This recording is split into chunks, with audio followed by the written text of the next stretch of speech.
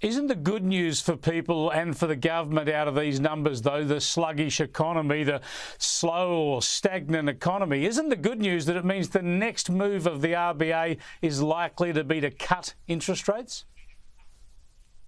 Well, it's not necessarily the case, Chris, because as you're aware, the government has continued to spend and continued to put stimulus into the economy in a way that is putting upward pressure on interest rates, not downward pressure. And in particular, it was the fall in productivity that we've seen, especially in the last quarter or the last 2 quarters, which points to the fact that we might not see that downward pressure being put on interest rates. As a matter of fact, the next move by the RBA still might be to put interest rates up because homegrown inflation continues here in Australia. So even though we are in a per capita GDP recession and have been for 5 quarters, the figures aren't pointing to the fact that the RBA might be able to lower interest rates, and that is deeply, deeply concerning.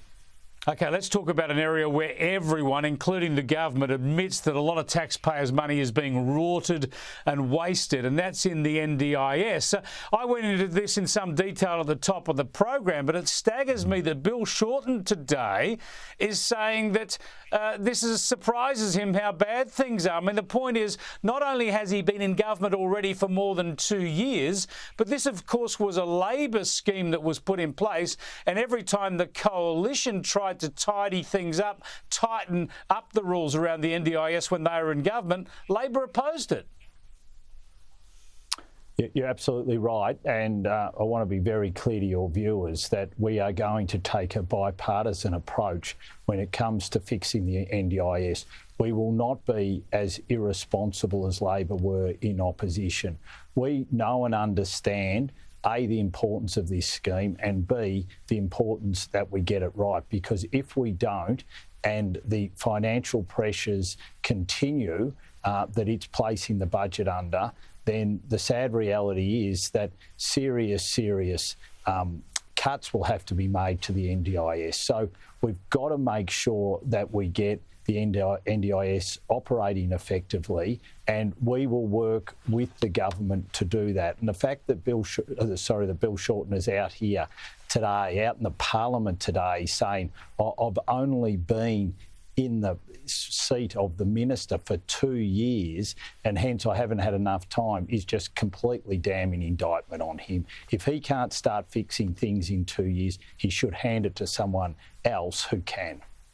Let's get to your portfolio, that is immigration. Now, you've got surely the Immigration Minister hanging by a thread, an absolute shambles in this country when it comes to those criminals who were in detention and were freed, and now so many other criminals, foreign criminals, allowed to stay here under Direction 99. Why didn't you continue to pursue Andrew Giles in Parliament today, especially when you exposed him yesterday for saying that somehow Australia has an obligation to foreign criminals?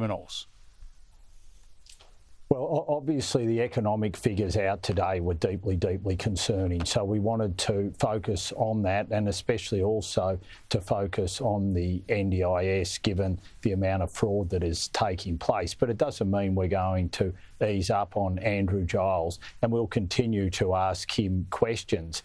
But it's not only when it comes to foreign criminals that through his signing of a ministerial direction that is leading those foreign criminals to stay in Australia rather than be deported. There are other issues as well. There are issues to do with the fact that he's nearly let in 1 million people in the first 2 years of this government, and who those 2 million people are, because they're definitely not adding to productivity. As a matter of fact, we've seen that they're letting in yoga instructors when the head of the Yoga Instructors Australia says we've got a glut of yoga teachers. They're letting in lawyers and accountants at a greater rate than they are construction workers when we've got a housing crisis and a rental crisis.